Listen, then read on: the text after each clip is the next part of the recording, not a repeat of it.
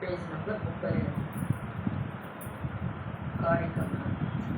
స్థూలం తర్పయతే విశ్వం ప్రవిత్తం తు తైజసం ఆనందశ్చ తథా ప్రాజ్ఞం త్రిధా తృప్తిం నిబోధత. విశ్వడు స్థూల విషయములతో తృప్తిని చెందుతున్నాడు. తైజస్సుడు సూక్ష్మ విషయములందు తృప్తిని పొందుచున్నాడు. ప్రాజ్ఞుడు ఆనందమునంది తృప్తి చెందుచున్నాడు. ఇవి ఈ ముగ్గురు తృప్తినందు త్రివిధములు.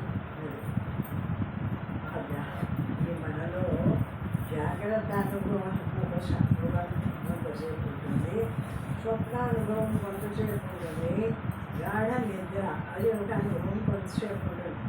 ఆ విధంగా ఇందులో ఉండేటువంటి జ్ఞానరూపమైనటువంటి జీవుడు ఉన్నాడే, నేనని వ్యవహరిస్తున్నాను ప్రజ్ఞాన స్వరూపుడైన ఈ పరమాత్మ జాగ్రత్త అవస్థ ఎందు ఈ ఇంద్రియాలు ఈ శరీరము దీన్ని తీసుకొని అంతగా తిప్పుకుంటూ అన్నిటిని చూస్తూ అన్ని తింటూ ఆ విధంగా తృప్తి పడుతూ ఉన్నాడు. జాగ్రత్త అవస్థను అంతా అనుభవించి ఆ జాగ్రత్త అవస్థను చూసి తృప్తి పడుతుంటాడు.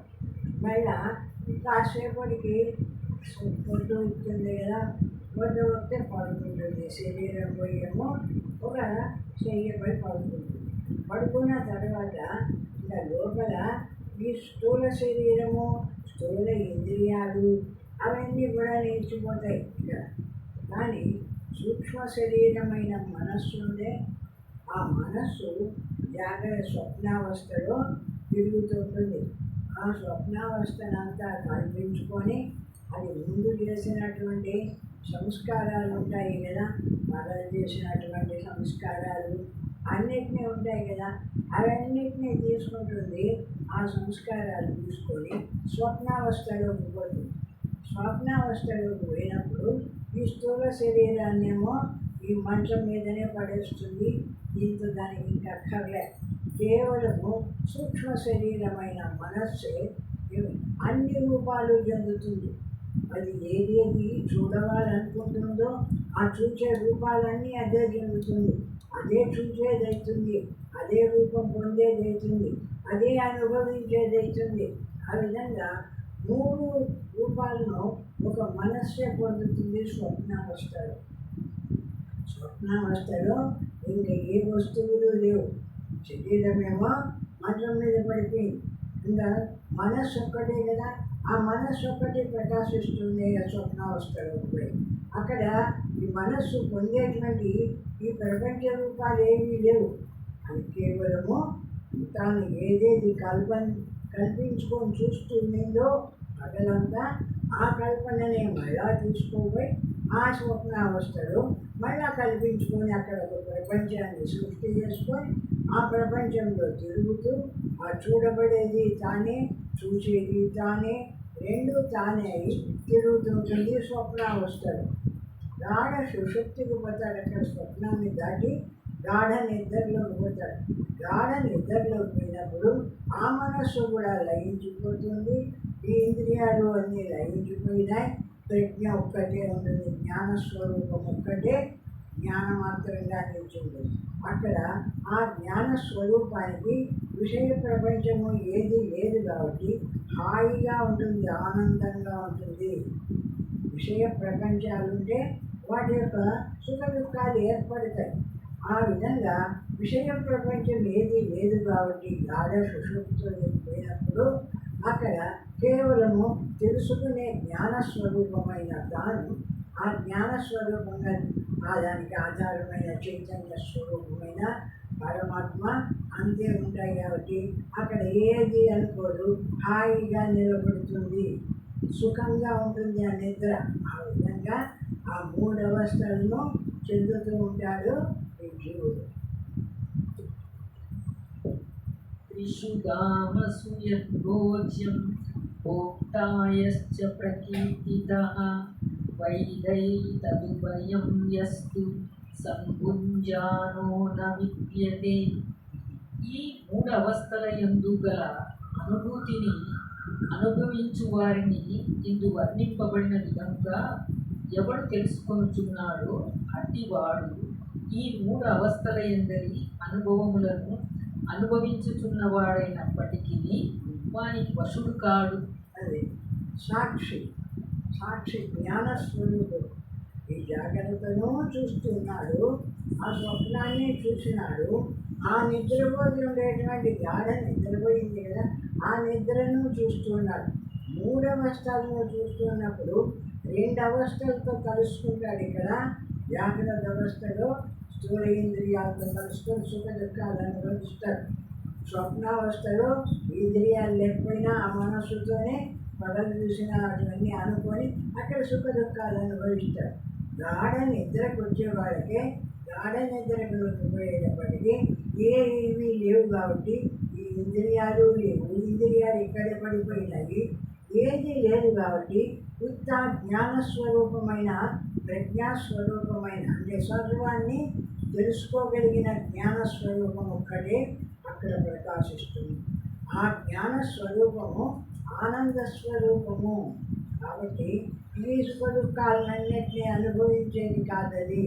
ఈ సుఖ దుఃఖాలన్నీ ఈ మనోబుద్ధి దేహేంద్రియాలన్నీ అనుభవిస్తూ ఉంటే వాటిని సాక్షిగా చూస్తూ ఉండేటువంటి శుద్ధ జ్ఞానస్వరూపం కాబట్టి ఆ ప్రజ్ఞాస్వరూపం అనేది అన్నిటికీ సాక్షిగా ఉంది కాబట్టి దేన్ని అంటుకోదు కాబట్టి హాయిగా ఉంది, ఆనందంగా ఆ గాఢ నిద్ర స్థితిలో హాయిగా ఉంటుంది, ఆనందంగా ఉంటుంది.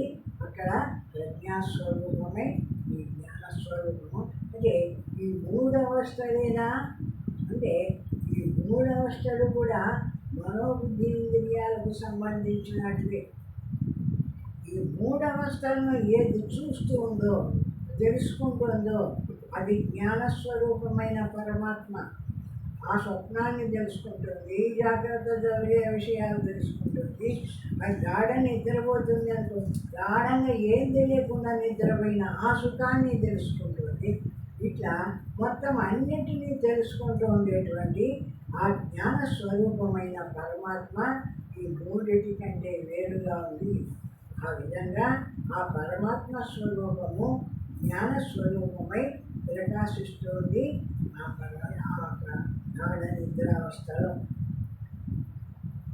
ఉపనిషత్తు వర్ణించిన ఈ మూడు అవస్థలను తదభిమానులకు విశ్వ తైజస ప్రాజ్ఞులను కేవలము బుద్ధి ద్వారా గ్రహించుట చేత కానీ లేక శాస్త్రము వలె గురువు వద్ద అభ్యసించుట మాత్రం చేత కానీ మన విషయ ప్రపంచానుభవములు కానీ మన కర్మలు కానీ మనని అంటకుండా వదిలిపోయి తద్వారా మనము పరిపూర్ణ స్థితిని అందుకొనగలమని భావించరాదు.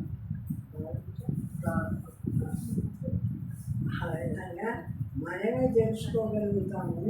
ఈ మూడవస్థలను మనమే చూస్తాము. మూడవస్థలకు సచ్చిదానంద బ్రహ్మస్వరూపాన్ని కూడా మనమే తెలుసుకోగలుగుతాము, మనమే అన్ని చేయగలుగుతాము అని అనుకుంటున్నారేమో. అట్లా అనుకోకూడదు అంటున్నారు. కేవలము వినుట మాత్రం చేతనే మీరు ఆ శాంత ఆనంద స్థితిని అన్ని సమయములందరూ అనుభవించలేరు కదా. ఇప్పుడు బాగా వింటున్నాం, ఇక్కడ కూర్చొని ఆ మూడవస్థల విషయాన్ని విన్నారు. ఈ మూడవస్థలు వినడంతోనే మేము ఆ అనుభవం వచ్చినప్పుడు మీరు అనుభవించగలుగుతున్నారా అంటే నేను ఈ జ్ఞానస్వరూపుని సర్వాన్ని తెలుసుకుంటూ ఉండేటువంటి జ్ఞానము నా స్వరూపము. ఈ మూడవస్థలు ఈ మనోబుద్ధి ఇంత అహంకారాలు ఈ స్థూల శరీరము వీటికి సంబంధించినవి ఇవి రకరకాలుగా అనుభవిస్తున్నాయి. ఏ అవస్థలో ఏ స్టేజ్లో అక్కడ వాటిని అనుభవిస్తూ ఉంటుంది అని దాన్ని తెలుసుకుంటూ ఉన్నాడు. జాగ్రత్త స్వప్న స్వప్నాలకు అతీతమైనటువంటి బ్రహ్మస్వరూపం. ఆనందంతోడి ధ్యానం ద్వారా అతి సజీవ అనుభవమును మనం గ్రహించవలను. జ్ఞానం అనేది ఏదో అది చనిపోయినాక వచ్చేది కాదు. బాగా జ్ఞానాన్ని తెలుసుకొని మన జాగ్రత్త అవస్థ అంటే ఏమిటి, స్వప్నావస్థ అంటే ఏ విధంగా ఉంది, సుషుప్తి అంటే ఏ విధంగా ఉంది అని ఈ శాస్త్రములు అంతా చెప్తున్నాడు కదా. 3 అవస్థలు ఉన్నాయి. 3 అవస్థల్లో ఈ జీవుడు నేనంటూ 3 అవస్థలను 3 విధాలుగా అనుభవిస్తున్నారు. ఈ శాస్త్రం అంతా ఈ విధంగా చెప్తుంది. ఈ 3 అవస్థలను అనుభవించే ఈ జీవుడు వాడు కాదు, వీటిని తెలుసుకుంటూ ఉండేటువంటి సాక్షి జ్ఞానస్వరూపమైన ఏ పరమాత్మ ఉందో ఆ పరమాత్మ నా స్వరూపము అని బాగా విని తెలుసుకొని వీరికి వినడం మాత్రమే చాలదు కాబట్టి ఆ నుంచి అన్నీ వదిలేసి నుంచి జ్ఞానమాత్రంగా నుంచి ఆ బ్రహ్మస్వరూపం ముందు ఆ అనుభవాన్ని సంపాదించవాలా అంటారు. కేవలము వంటను నేర్పు పుస్తకమును చదివినంత మాత్రమున ఆకలి తీరదు కదా. వంటను నేర్పి పుస్తకం చదివితే ఆకలి ఎట్లా తీరుతుంది? ఆ వస్తువు నేర్చుకోవాలా, ఆ వంట చేయాలా, ఆ చేసిన ఆ అన్నము అది భోజనం చేయాలా, అప్పుడు ఆకలి తీరుతుంది. కానీ పుస్తకం చదివినంత మాత్రంతో ఆకలి ఎట్లా తీరుతుంది? ఆ విధంగానే ఈ బ్రహ్మత్వం కూడా వినినంత మాత్రంతో నీకు ఆ బ్రహ్మ అనుభవం ఏర్పడదు. వింటున్నావు, పెద్దలు చెప్తున్నారు, శాస్త్రం చెప్తుంది, శాస్త్రం చెప్పిన ప్రకారము నువ్వు వింటున్నావు. ఆ వినినంత మాత్రంతోనే నీకు అనుభవం రాదు కదా. ఆ అనుభవం రావాలంటే ఆ జ్ఞానానుభవము ఎప్పుడు అక్కడ చెప్పినటువంటి ఆ స్థితిలో అన్ని వదిలేసి నిరాకారంగా అన్ని వదిలేసి నిరాకారంగా నిలిచి అతీతమైన స్థితిలో ఈ నేను బ్రహ్మము, ఈ నేను పరమాత్మను అని బ్రహ్మమాత్రంగా నిలిచి ఆ అనుభవం చేస్తే అప్పుడు బ్రహ్మత్వము అనుభవానికి వస్తే తెలియబడుతుంది. కానీ ఆ విధంగా కాకుండా చదివినంత మాత్రంతో వినినంత మాత్రంతో వచ్చేది కాదు బ్రహ్మత్వము అంటారు.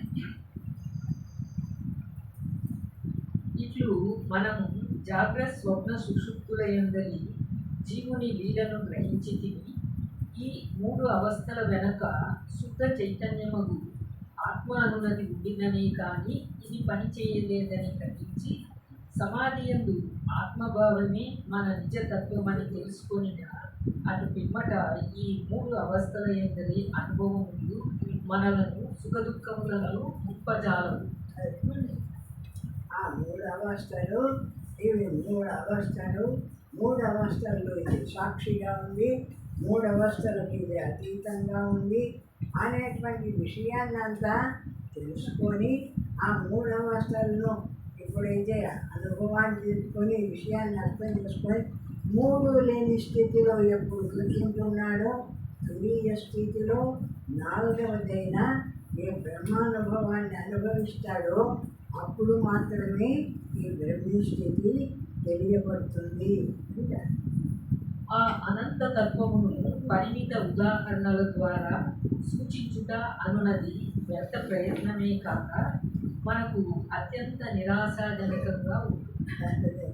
ఈ బయట ఉండేటువంటి ప్రపంచంలో ఉండేటువంటి వస్తువులు, ఇక్కడ జరుగుతుండే విషయాలను వీటిని బట్టి మనం ఆ బ్రహ్మత్వాన్ని తెలుపుదాము అనుకుంటే అది వృధా ప్రయత్నమేను.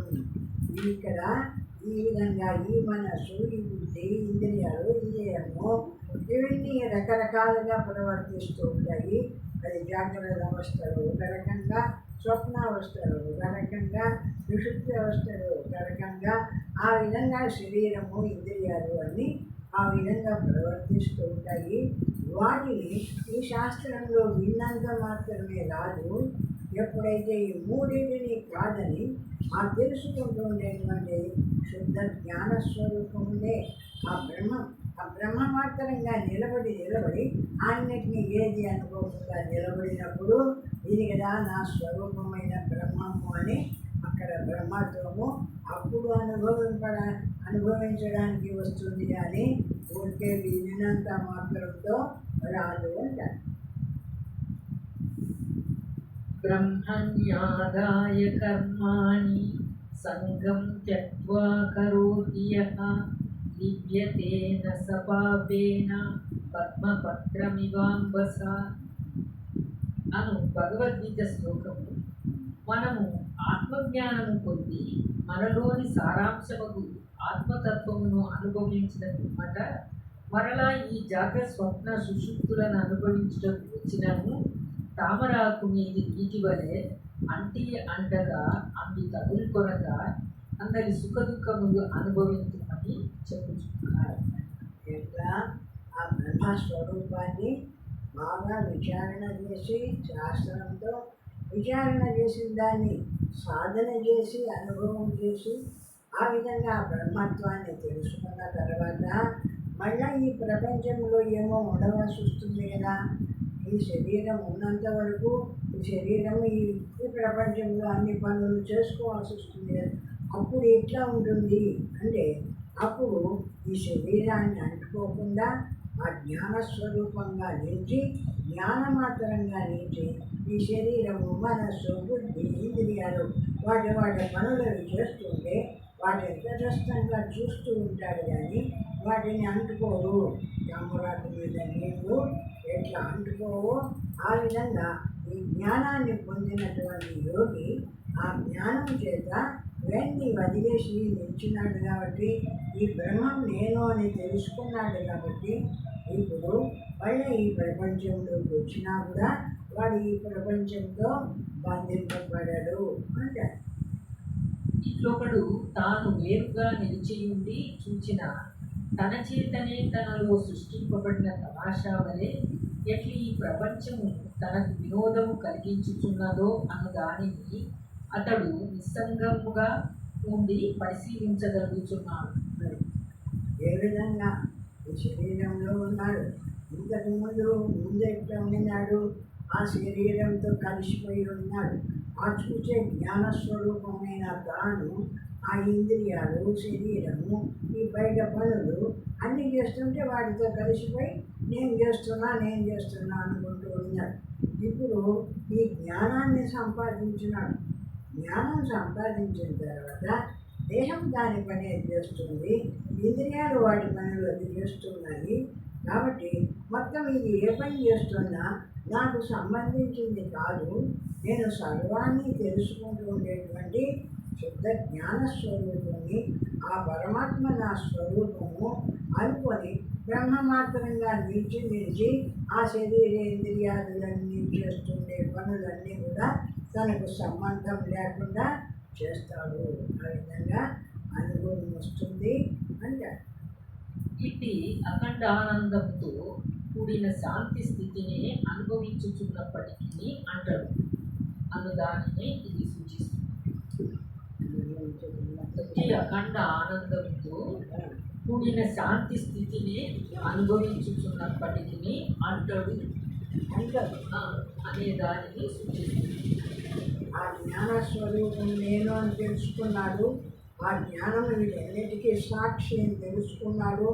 ఈ జ్ఞానస్వరూపానికి ఈ శరీరము ఈ ఇంద్రియాదులు ఏవైనా పనులు చేస్తుంటే ఈ పనులు వచ్చి ఆ సాక్షిని అందుకుంటాయా అంటే అందుకోవని తెలుసుకున్నాడు.